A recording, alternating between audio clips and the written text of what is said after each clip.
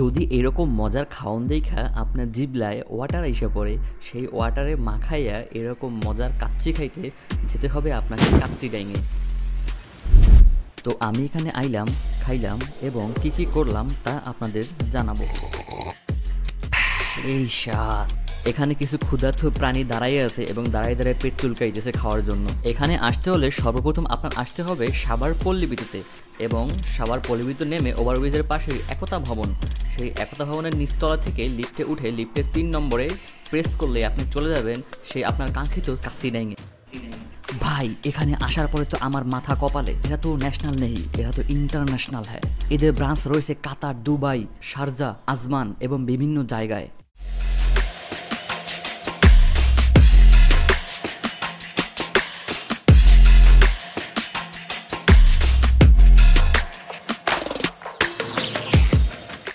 এখানে আসার পরে দেখি অনেক বিশাল একটা স্পেস, যেই স্পেসে লক্ষ লক্ষ কোটি কোটি মানুষ অনায়াসে বসে খেতে পারবে।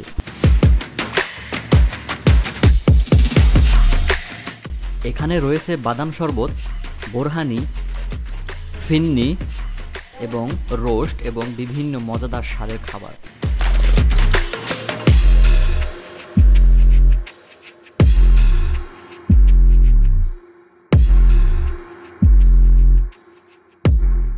আমাদের শ্রদ্ধেয় মোটা ভাই একটি লেগ পিস পেয়ে সে কি খুশি!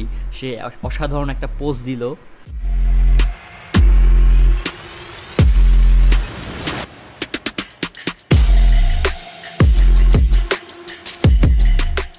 এই হলো মেনু কার্ড, আর আমরা নিয়েছিলাম 4 নাম্বারটা বাসমতি কাচ্চি ও দালি কাবাব ও বাদাম শরবত। ফাইনালি এতক্ষণ অপেক্ষা করার পরে আমার সামনেও চলে আসলো আমার পছন্দের প্রিয় কাচ্চি।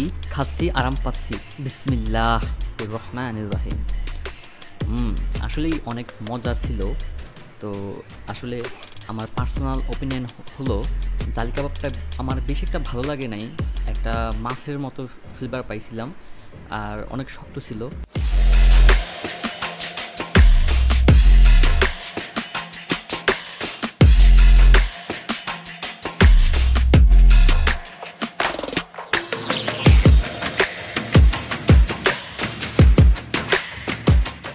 সবার শেষে বাদাম শরবতটি একটু টেস্ট করে দেখলাম, তো এটিও ছিল অ্যাভারেজ এবং বাদাম কমই ছিল।